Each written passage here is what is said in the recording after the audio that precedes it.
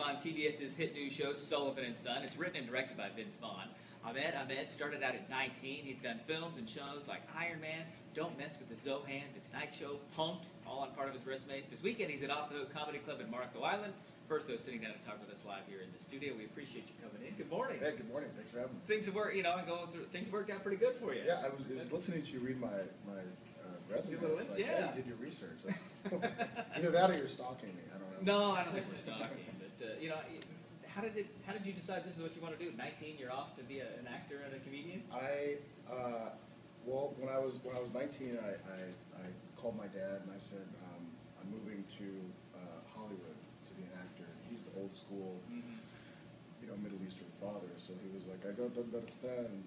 What are you, gay? And I was like, it's not a gay, but okay. No, I'm not. But I just want to be an actor. And so he didn't talk to me for 7 years. Really? And then I got my first movie, and he was like, "Oh, look at my son. We're so proud. We always knew." I was like, "You never knew." But then I played a slew of roles, mostly terrorists and cab drivers. I got frustrated one day. I called my agent and I said, "Can I just go out for the guy next door or whatever?" And they were like, "Unless you change your name to Rick, Ahmed Ahmed's not going to cut it in this town." So I was stubborn. I said, "Don't call me for any parts unless they're mainstream roles." I never got a call. Ran out of money, slept on a friend's couch, went back to waiting tables, and that's how I found stand-up comedy. I've been doing it ever since. So comedy's paying the bills. Right? Comedy's paying the bills. Well, good. So where do you find your inspiration for your jokes? Is it from sleeping on the couch when you Yeah, out there? There's an old saying, tragedy plus time equals comedy. So uncomfortable moments always make good for comedy fodder. Most of my material for the first 10 years was post 9/11, so I was doing a lot of what it's like to be an Arab, post 9/11.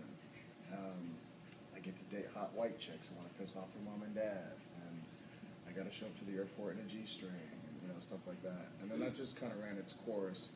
And when I got into my 40s, I'm 42 now, and I know I look great. Fantastic. You're looking good. For 42, I did okay. They call me Benjamin Button. I started talking about that, being in my 40s, still single, dating, living in LA, traveling. It's more about that. But I still have to talk about being Arab because I am Arab, and so you got to point out the elephant in the room. And I'm specifically from Egypt, so we're in the news again. Yes, that has happened over here. We talked about that plenty here on this newscast. Which have you come to enjoy more, the comedy or the acting? They're two different creative processes. The acting, you have to wait several weeks if it's TV.